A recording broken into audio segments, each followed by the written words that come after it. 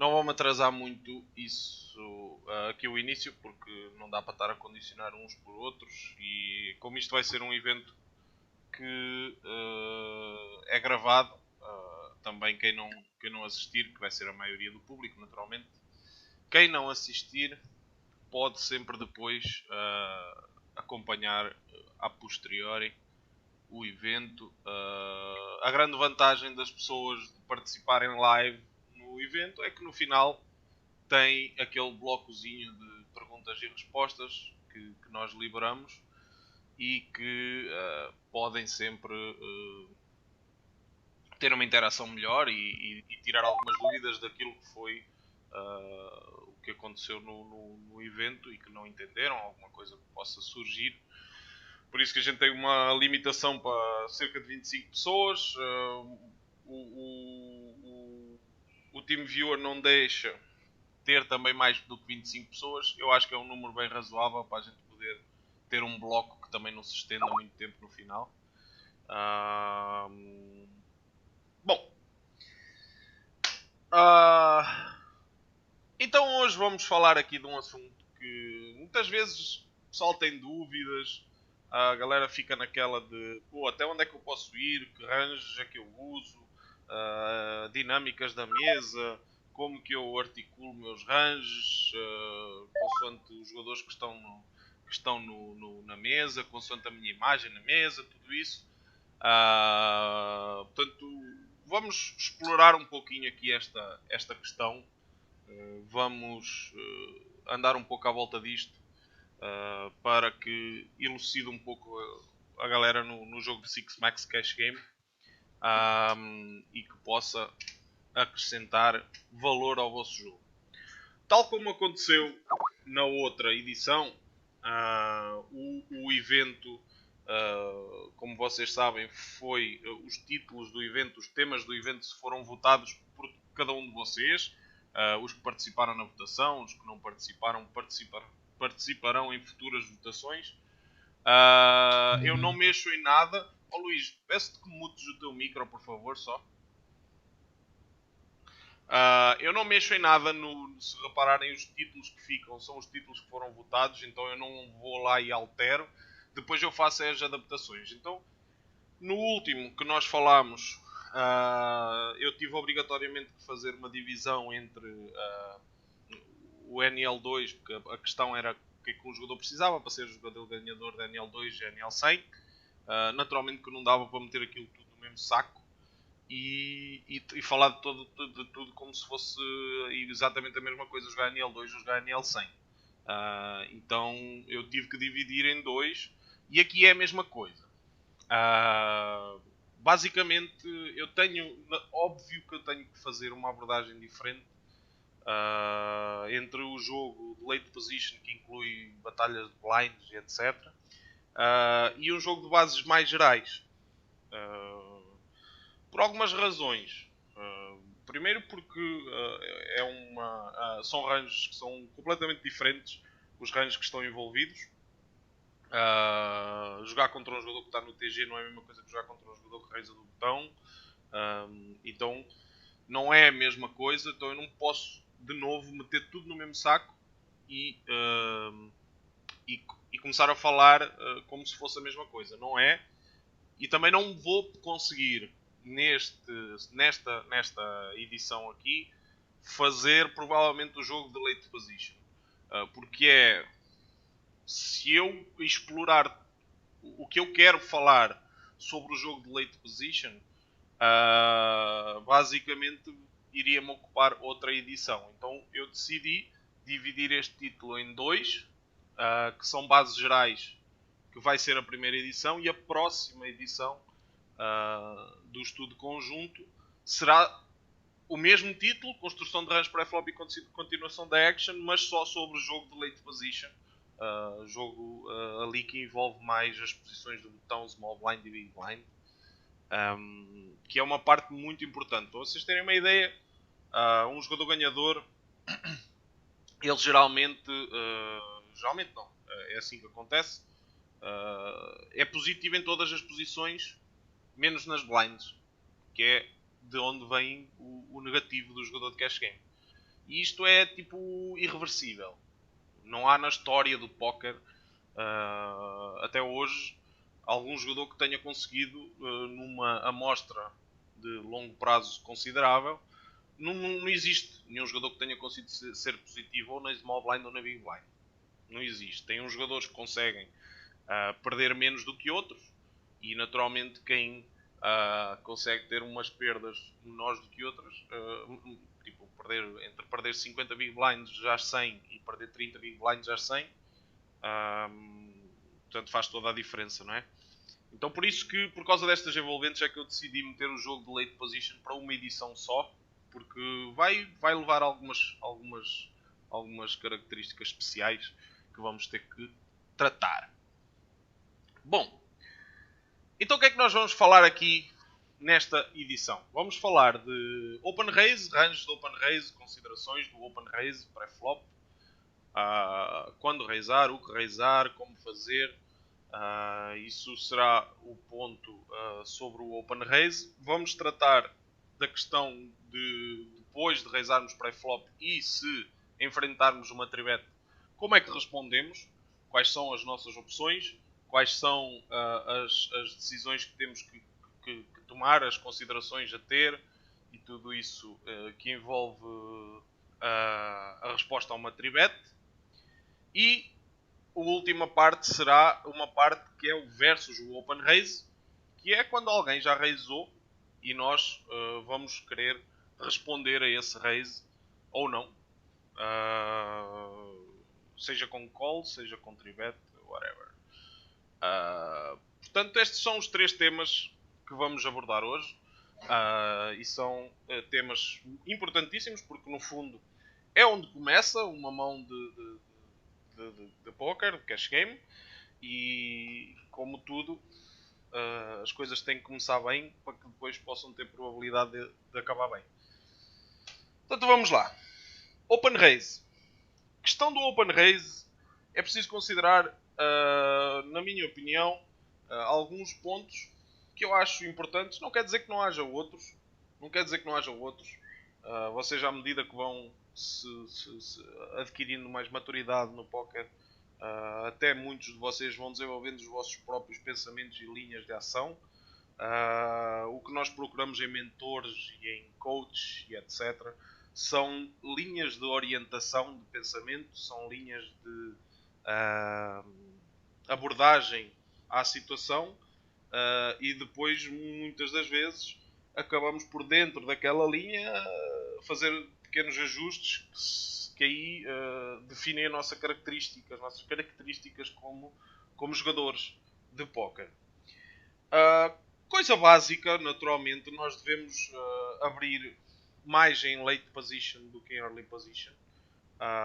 Portanto, isto é óbvio, já a maioria de vocês sabe isto, mas eu, como estou fazendo um programa que seja para abranger público tanto de iniciantes como de avançados, eu tenho que falar naturalmente destas coisas. Portanto, abrir late position mais do que early position é básico. Tem mais gente para falar quando estamos em early position. Não sabemos ainda a ação dos adversários, temos menos informação. Póquer é um jogo de informação incompleta e, portanto, quanto mais incompleta estiver a informação, mais cuidados nós temos que ter. E, portanto, isto é um peso, são pesos que se colocam na balança e que uns têm que compensar os outros para que a balança não tombe para um dos lados só. E portanto, quando nós não temos posição, por exemplo, no caso, estarmos em early position, nós temos que compensar a fraqueza de não termos posição com alguma coisa. Então compensamos isso como? Melhorando o valor das nossas mãos, melhorando a força do nosso range. E portanto, por isso é que quando estamos em early position, o nosso range deve ser mais forte do que quando estamos em late position. Considerar mesa e vilões.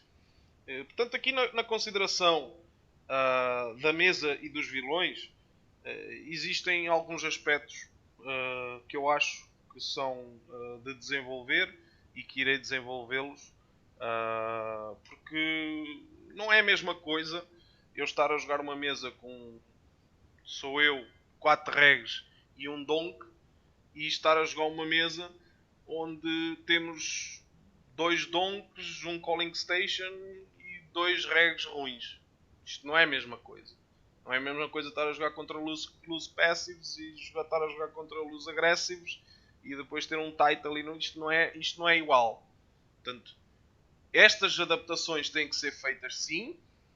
Estas considerações têm que ser tidas e por isso que nós tentamos dar linhas orientadoras e todos os ranges que eu... Está cortando? Está cortando? Alguém mais está com problemas?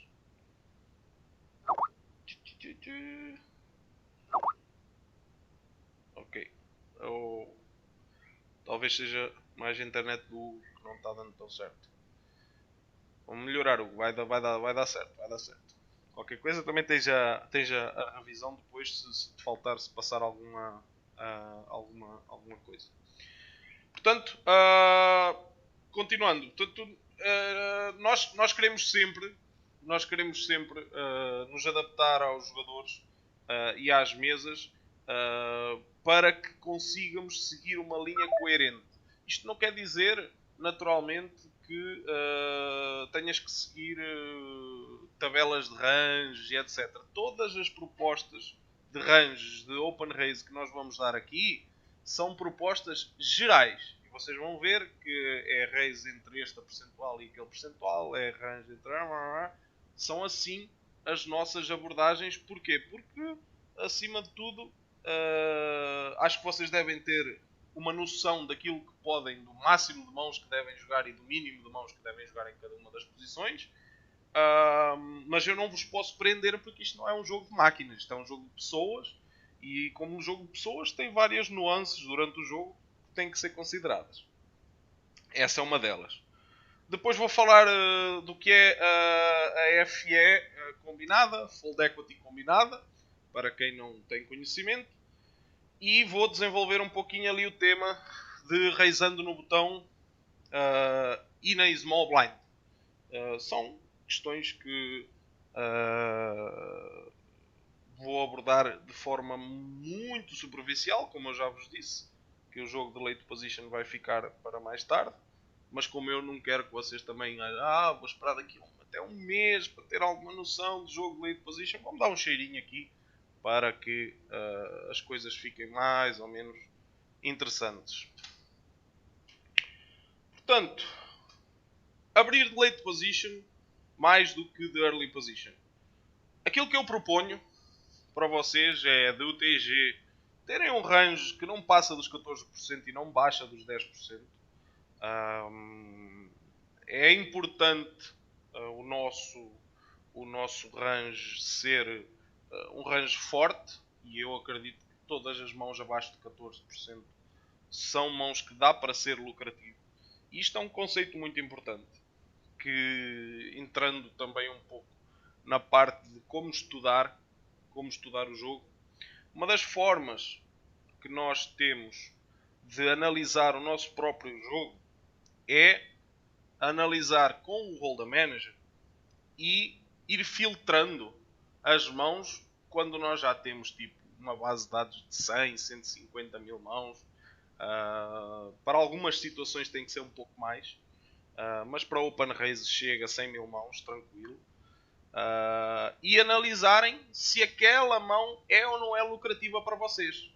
Vamos supor, eu estou a decidir se eu devo ou não fazer raise pré-flop no TG com 5-6 suited. É uma mão que eu quero saber se eu posso ou não posso raisar. Então o que é que os jogadores fazem? Os jogadores fazem para saber se realmente é bom ou não. Fazem num período de tipo 40, 50 mil mãos, vão raisar 5-6 suited do TG e vão ver se no final dessa amostra se o 5-6 suited se revelou lucrativo.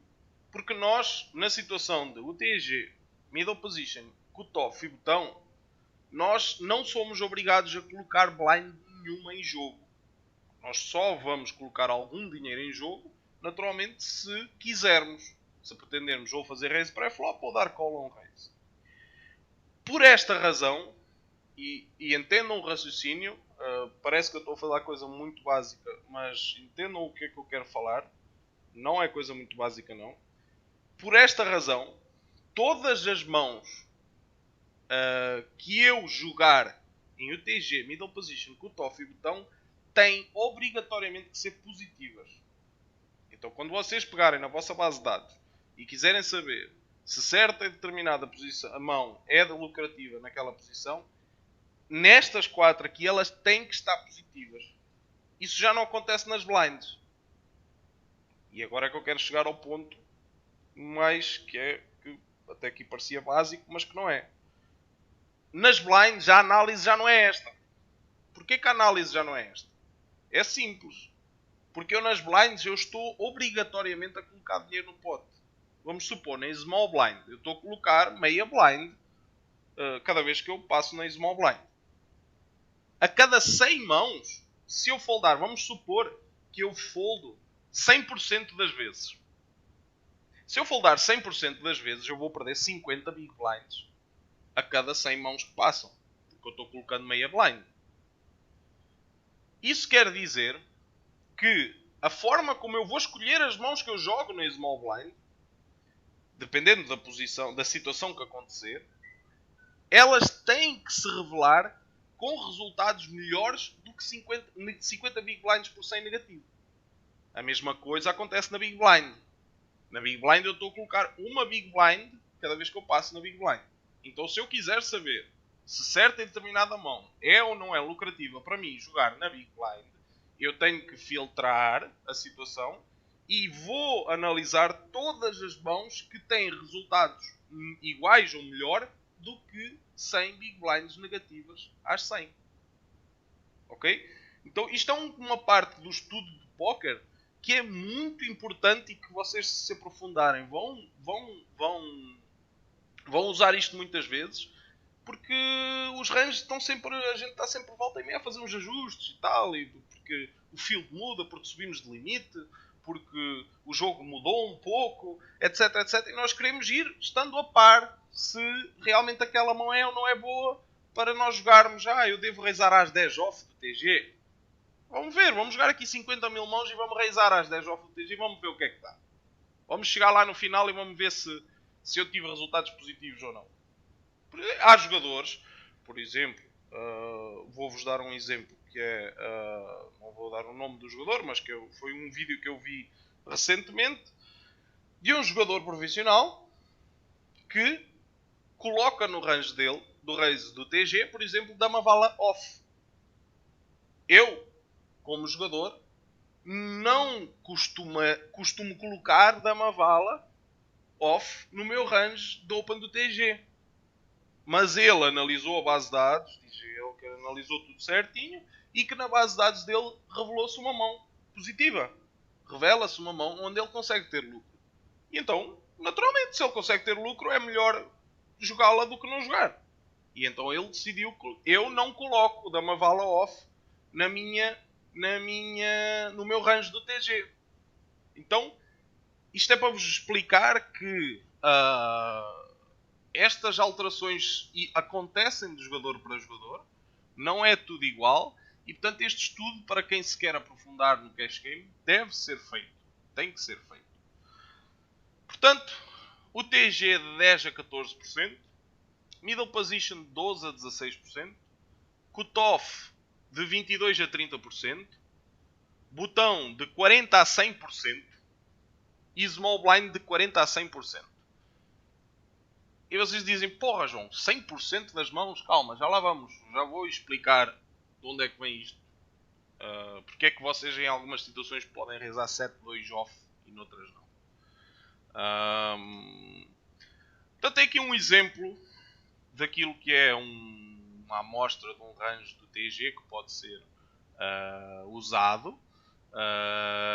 Como vocês veem, este range aqui está entre os 10 e os 14, é um range de 13%, é um exemplo, onde eu coloquei os pocket pairs acima de 5, coloquei aqui alguns suited connectors, coloco os As 2 ou As 5 suited, E isto não quer dizer que sejam os meus ranges, é aqueles ranges que eu quero passar para vocês que, enfim, ainda estão noutro nível que não é o meu, então não é a mesma coisa.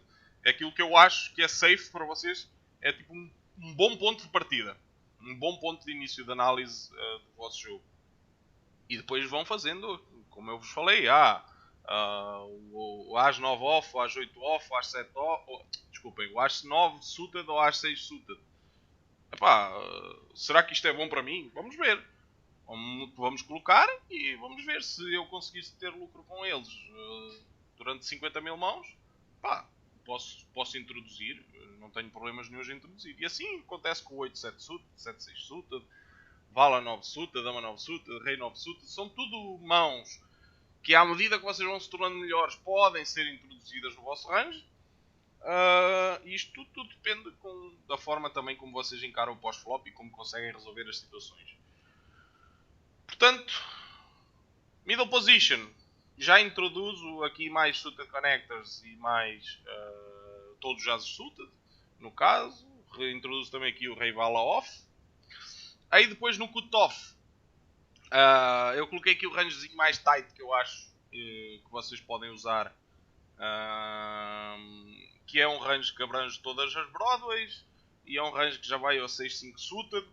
Tem jogadores que a partir daqui já começam a raisar todos os pocket pairs. Tem outros que não. Portanto, é uma situação que vocês podem escolher, podem oscilar em algumas vezes, algumas situações que podem adotar de forma diferente, mudar um pouco. Também o As 9 e o As 8 off são mãos que podem entrar aqui com relativa segurança, até chegar aos 30%. 30% acho que é o valor máximo que se deve utilizar como norma de range do cutoff. A partir daí já tem que ser uma situação muito específica para eu sair dos 30%, tipo uma situação onde tenho dois jogadores tights no botão e no small blind e a big blind é um fishzão enorme que eu quero isolar a ele a toda a hora. E sei que o botão e a small blind não vão andar a tribetar-me a toda a hora para eu não abusar do isolar ao big blind. Esse tipo de coisas tem que ser uma conjugação de fatores para eu passar das 30%. Tem que ser uma conjugação de fatores muito forte para que eu considere essa situação. Depois temos o botão. Aqui isto começa já a apanhar um range de mãos que se estica, né? Começamos já aqui a meter todos os ases, começamos a meter aqui já mais alguns connectors, sem serem suited, Rei 8 off mais, Vala 8, Dama 8, 10 8. Os suited já vêm até ao 7x. Portanto, isto é uma proposta tight para raise do botão e que pode ir até aos 100%, dependendo dos jogadores que estão na big line. Eu vou falar sobre isso ali um pouquinho, vou falar da fold equity combinada e explicar-vos como é que isto aqui cresce. Depois a small blind é um range que muda um pouco. Vocês podem ver ali que são 45% e o anterior eram 43%. Mas muda o range, como veem aqui, o tipo de mãos que eu coloco aqui muda. Aí vocês dizem assim, pô João, mas espera aí, mas porque é que tu não vais raisar todos os pocket pairs do small blind? Isto é porquê? Porque muitas das vezes eu também acho que vocês devem primeiro ter um range de complete. Acho que no jogo moderno encaixa bem muitas das vezes um range de complete, ter um range de complete raise, ter um range de complete call, ter um range de complete fold também. Portanto, eu acho interessante com algumas mãos, mesmo aqui os jazes off-suited, os mais fracos, acho que também podem entrar nos ranges de complete. Mas principalmente, a grande razão pela qual estas mãos muitas das vezes saem do padrão de raise pré-flop, na minha opinião, é porque eu vou ser alvo de uma defesa insana da Big Blind, tá? São mãos, tanto os jazes off mais fracos como os Pocket Pairs vão ser alvos de uma defesa da Big Blind muito grande, porque eu estou a raisar a Small Blind contra a Big Blind, só temos nós os dois, é lógico que a Big Blind, não é lógico, mas a maioria das vezes a Big Blind vai ser um jogador que defende muito, ou defende bastante, e são mãos que não flopam bem. E aqui é o ponto-chave da minha escolha de retirada destes Pocket Pairs aqui. Deixei aquilo ali para não baixar muito o range, mas vocês podem articular. Mas basicamente vão flopar mal e vão estar fora de posição. Super, tipo, é como vocês estarem a abrir para o jogador vos explorar, na maioria das vezes. E se vocês ainda não forem jogadores com o pós-flop muito desenvolvido, isso vai-vos trazer problemas. Porque Pocket Pairs trincar é uma a cada 8. Portanto já vem que já fica complicado. A maioria das vezes, também, naturalmente, um Pocket Pairs abaixo de 5, 97% das vezes os boards vão vir com overcards. O que faz com que vocês, se continuarem sendo agressivos com a mão, geralmente vão estar bluffando a vossa mão. Não vão estar a jogar por valor. E, portanto, todos estes fatores juntos fazem com que eu prefira muito mais nunca... mas vais foldar os Pocket Pairs. Não, vou dar complete. Vou dar complete a maioria das vezes e também analisar o perfil do meu adversário. Mas não raise 100% das vezes, não. Com certeza não raise 100% das vezes. Aí depois vocês perguntam assim: tá, João, então e que raio? Então, mas porquê é que eu tenho aqui o Rei 2 Suta? Tu achas que flopa melhor do que o 5-5? Do que o 4-4? A questão que eu acho que vocês devem ter em conta é que estamos a falar de cash game. E quando falamos de cash game, falamos de pós-flop. E quando falamos de pós-flop, temos que falar de várias coisas, tanto de planos para a mão, como de blockers, como de tudo isso. Eu com uma mão tipo Rei 2 Suited, eu não preciso de acertar para eu poder continuar a ser agressivo, tendo algumas perspectivas de puxar a mão. Vamos supor, por exemplo, eu reiso com um Rei 2 Suited de copas.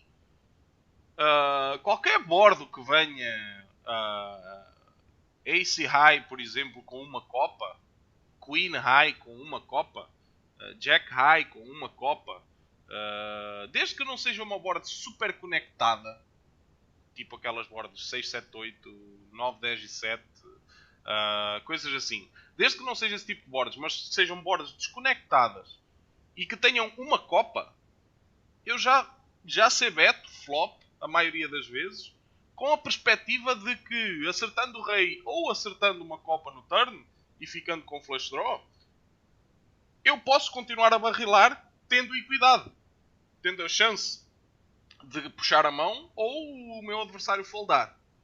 Então, entendem facilmente que o facto de eu estar a jogar cash game, estar a jogar um jogo deep, me dá muito mais perspectiva para eu abordar um flop com Rei 2 suited contra um range wide, que é isso que estamos a falar, é um range da Big Blind, vai defender um range wide, do que jogar com 4-4 que se eu trincar, beleza, se eu não trincar eu não vou apanhar backdoors, a maioria das vezes eu não vou apanhar backdoors, não vou ter nada dessas coisas, eu não vou ter straight draws, eu não vou ter nada disso. Eu vou jogar pelo castrozinho ali e pronto, e é o que dá. Porque a maioria das vezes a gente vai ter que levar no showdown, vai ter que tentar reduzir, tentar controlar o pote, ir num showdown barato, etc, etc. Portanto, isto foi um exemplo para vos explicar porque é que eu acho que Rei 2 Suited deve estar no range de Open e 5-5 e 4-4 e 3-3 não deve estar 100% das vezes no range de Open. Fora que quando eu tenho um Rei na mão, eu diminuo todos estes combozinhos aqui que seria ok, standard do jogador me defender e que não vai defender. Basicamente, eu vou deixar aqui o flopzilla aqui do lado para se aparecer alguma situação. Que basicamente eu reduzo qualquer coisa que eu possa reduzir com um blocker nas chances do jogador defender e eu puxar o pote sem sequer haver resistência é muito bom. Eu com 4-4 não bloqueio nada, né? 4-4 bloqueio o AG4 e o 4-4 do parceiro lá. Portanto, não bloqueio nada. Então fica difícil para mim estar a impedir que o meu jogador vá defender a blind quando eu tenho 4-4. Fora que tem outra questão ainda que é importante vocês perceberem. É que isso chama-se Implied Odds. Mesmo nas vezes que eu trincar, vamos dizer que eu abri 4-4 e o flop veio 4x e bagulho lá. Quem me garante que eu vou ganhar um pote grande? O cara que está a defender a Big Blind tem um range enorme. Que está cheio de lixo no range dele. O cara vai me defender com Rei 6, vai me defender com 10 e 6. O cara vai defender com tudo e mais alguma coisa. Cara, o facto de eu trincar, que é isto que muitas vezes as pessoas, os jogadores, não conseguem compreender e que é necessário compreender. Não é porque eu trinquei que eu vou dobrar a parada. Tipo, isto não é um jogo short. É um jogo deep. Eu, para ganhar um pote grande, para o jogador meter o stack inteiro lá dentro, o cara tem que ter um valor interessante na mão. E portanto, eu jogar contra o range de defesa da Big Blind não me garante nada. Raramente o cara vai ter alguma coisa realmente forte. Então reparem só a situação que temos aqui. Quer dizer, eu reizo para algumas vezes puxar um pote interessante e para tipo 85% das vezes eu andar a anhar. Não trinco, não acerto porra nenhuma, estou completamente à toa, fora de posição, tentando controlar o pote. Se o jogador for agressivo do lado de lá, pior ainda. Portanto, reparem o quanto é importante as considerações pré-flop, tá? Tudo isto aqui são questões que são muito, muito, muito importantes para vocês terem no vosso jogo. Então, considerar a mesa e os vilões. Basicamente, o que é importante para vocês terem em conta aqui, na consideração da mesa e dos vilões, eu já falei de algumas situações, outras vou falar aqui. Uma tip rápida sobre isto é quando a mesa é tight, o range deve ser mais wide. Isto é lógico. Se os jogadores foldam muito, eu vou abrir mais vezes. Se os jogadores foldam pouco, são muito calling stations, se tribetam muito, são mais agressivos e tal, eu tenho que me reservar um pouco mais. Portanto, isto é uma consideração que a maioria de vocês já ouviu falar. A nossa imagem é uma situação muito importante. É uma situação muito importante para que vocês tenham sempre no vosso jogo saberem o que é que os jogadores da mesa acham de você. Do que é que eles pensam que vocês estão a fazer. Será que eles sabem que vocês são agressivos? Eles não sabem que vocês são agressivos? Eles sabem que vocês raisam muito pré-flop, que não raisam muito, que tribetam muito, que não tribetam, que foldam muito para tribet? O nível de pensamento deles está neste campo? Isso é importante vocês terem noção. Para quê? Para saberem daqui a pouco se podem colocar mais... por exemplo, vocês não jogam, nas últimas 20 mãos não jogaram nenhuma. De repente, um spot que apareça um pouco mais duvidoso de vocês serem agressivos ou não serem agressivos, bluffar a mão, não bluffar a mão, coloco esta mão no meu range de bluff, não coloco. Isso provavelmente é que vai definir a vossa decisão e a vossa linha. É a minha imagem, olha, a minha imagem aqui tem sido tight, tem sido sólida, então se calhar eu posso aplicar o meu bluff aqui com mais alguma segurança do que se a minha imagem fosse um pouco mais loose. Se a minha imagem for um pouco mais loose, se calhar o meu bluff não vai passar tantas vezes. A minha frequência com que eu posso bluffar, o meu range de bluff tem que ser um pouco mais curto. E tudo isto aqui influencia a nossa imagem. Os jogadores que estão em posição. Isto é muito importante. Se eu tiver jogadores que estão em posição em relação a mim, que são jogadores que pressionam muito, geralmente eu tenho, por exemplo, defendem muito o botão. Jogadores que o TOF versus o botão defendem bastante. eu tenho que ter alguns cuidados. De repente aquele 30% lá não pode ser 30% da open do cutoff. Tem que ser 23, tem que ser 22, tem que ser 24. Porquê? Porque o cara vai lá estar em posição contra mim, sempre a defender com um monte de lixo, e vai levar a melhor a mim, porque estará em posição, naturalmente, tem intrinsecamente, tem vantagem. A posição, uma vez eu vi um profissional, um coach de uma escola americana que eu seguia, que o cara falava, isto é uma situação bem interessante para vocês perceberem. A posição ela é como a água. Vocês não precisam de saber como é que ela vos faz bem para saberem que ela, para beneficiarem dos efeitos positivos dela. Então é exatamente isso.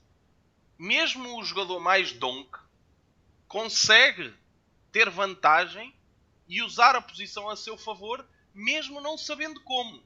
Só pelo facto de ele estar em posição falando depois dos outros, ele já vai estar na frente. Ele já tem essa vantagem para ele. Porque já sabe, se vocês checaram, se não checaram, se betaram, se não betaram. Portanto, isto como sendo um jogo de informação incompleta, aquela informação para ele já é mais completa do que a informação que vocês tinham quando foram vocês a agir. Então isto é meio que intrínseco, o valor da posição. Portanto, os jogadores que estão em posição contra nós não podem ser jogadores que defendem muito.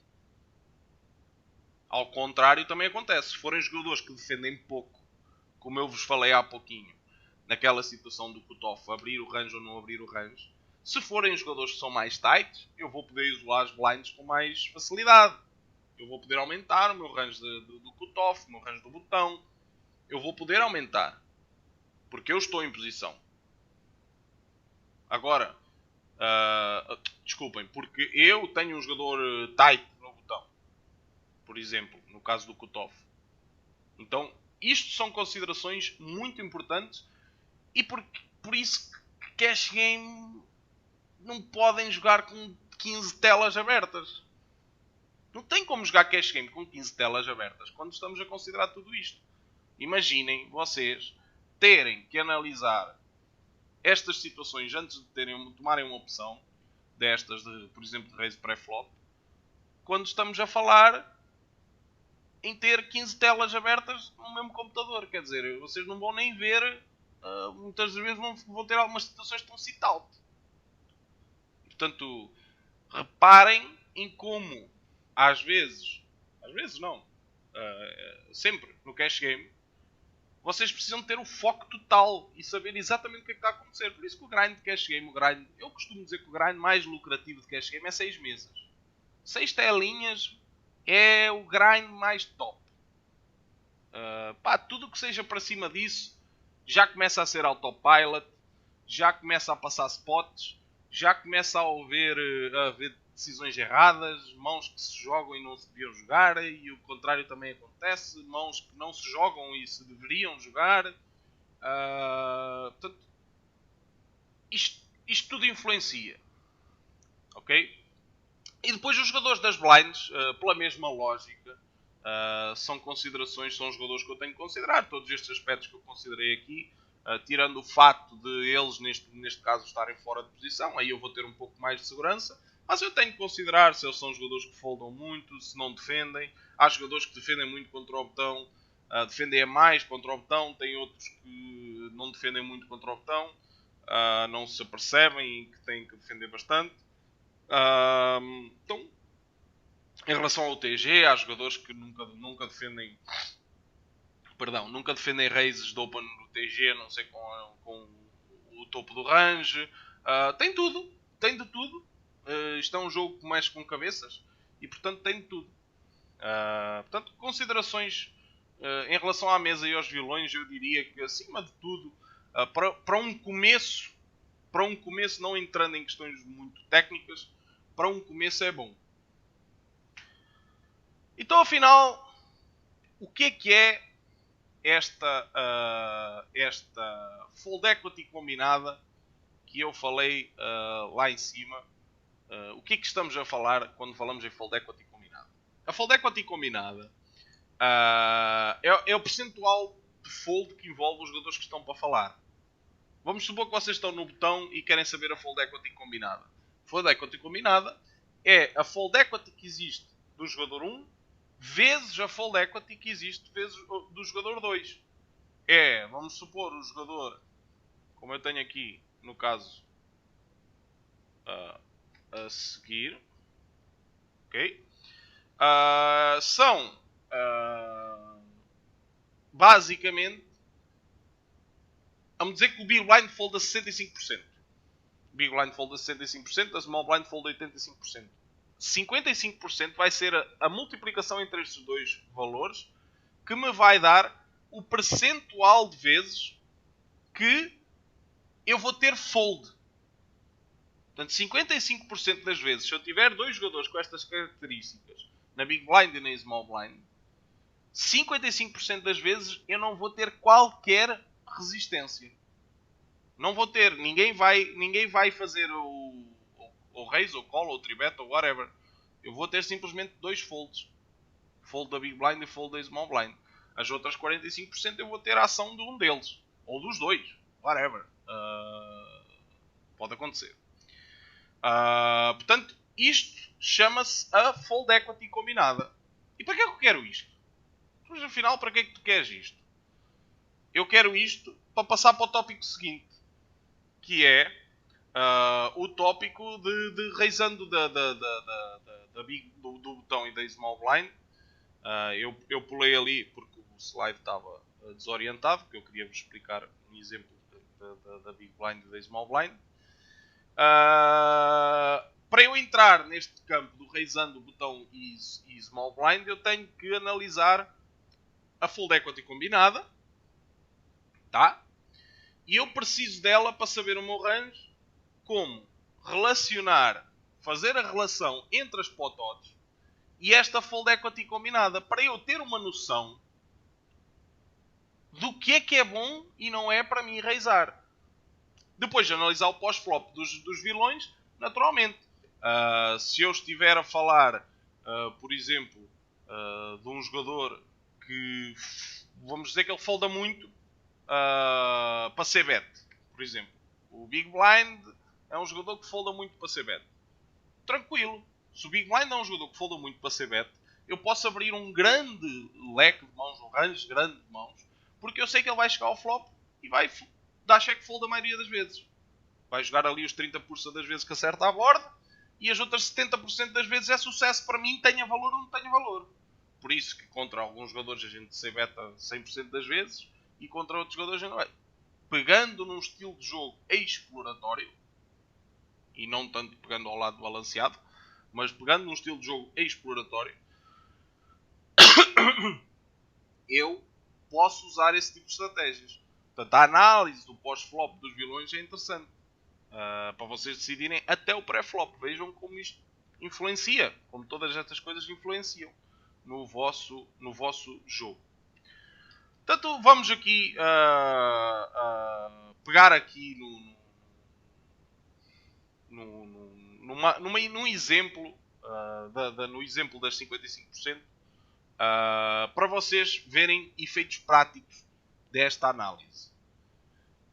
Portanto, vamos dizer que o pote eu estou no botão, no caso, vamos dizer que o pote tem uma blind e meia, todo mundo foldou até mim, e tem a small blind e a big blind, e eu faço mini raise.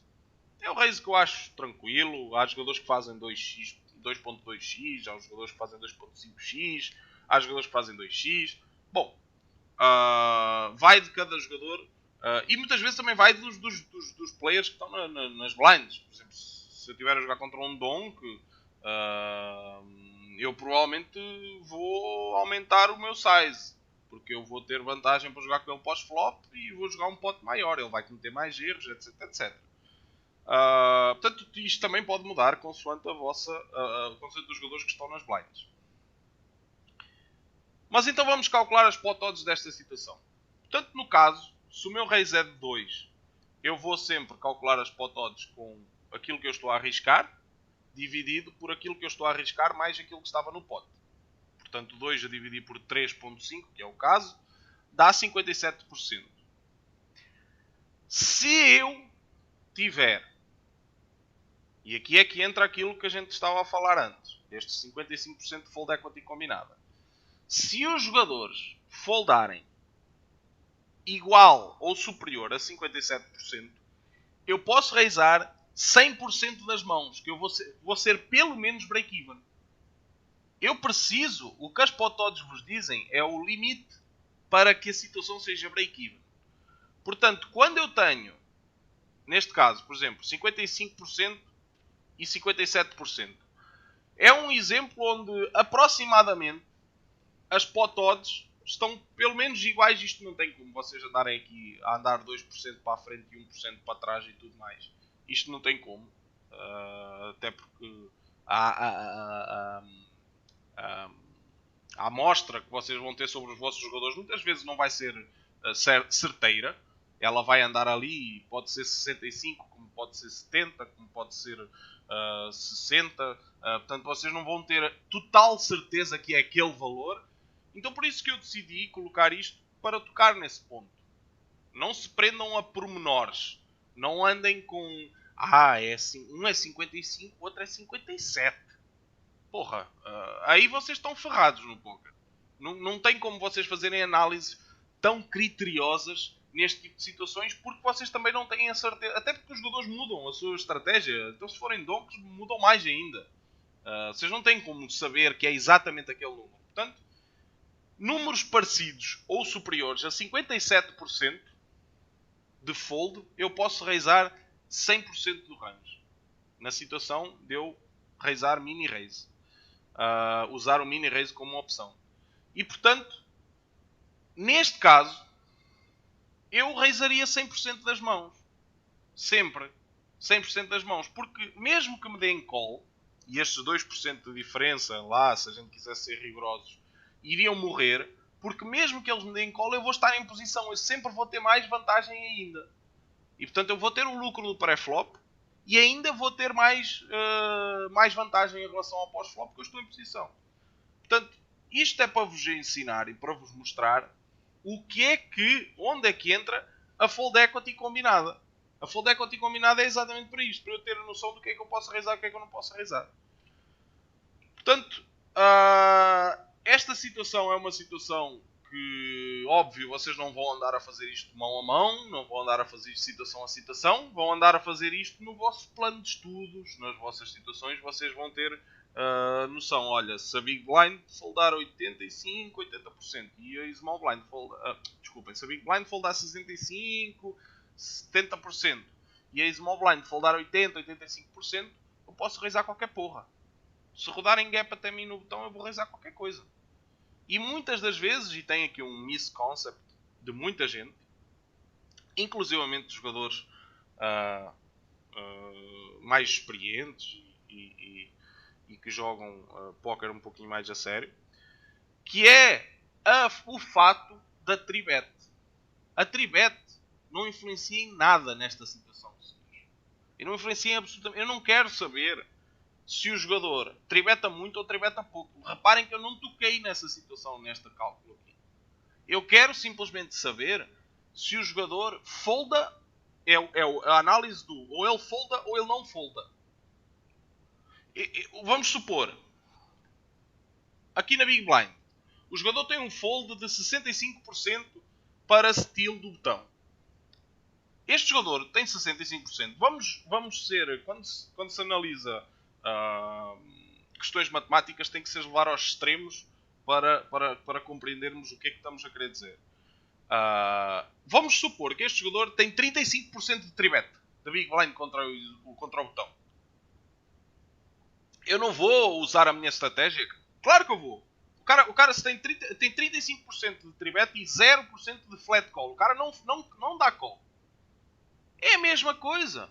O cara folda o mesmo número de vezes. Eu quero saber é se vai atender aos 55% ou não. Aos 57%, desculpem, ou não. Isso é que me interessa. Então, se estes jogadores forem jogadores que não dão call e só dão tribet, se eles foldarem 65% e a small blind foldar 85%, não me interessa se a small blind tem 15% de tribet e a big blind tem 35%. Foda-se isso. Eu sei é que 55% das vezes eles vão os dois foldar. Isso é que me interessa. Portanto, o facto de estarmos a enfrentar jogadores agressivos ou não me interessa para porra nenhuma. Eu quero é saber se eles foldam ou não foldam. Isso é que, por isso que nos HUDs dos vossos Hold'em Managers devem ter a estatística de fold versus steal em relação a cada uma das posições. Da Big Blind em relação ao botão e da Small Blind em relação ao botão. Isto é uma dica muito importante para vocês. Porque a tribet não influencia em porra nenhuma. Nada. Eu não quero saber se o cara é agressivo ou não. Ok?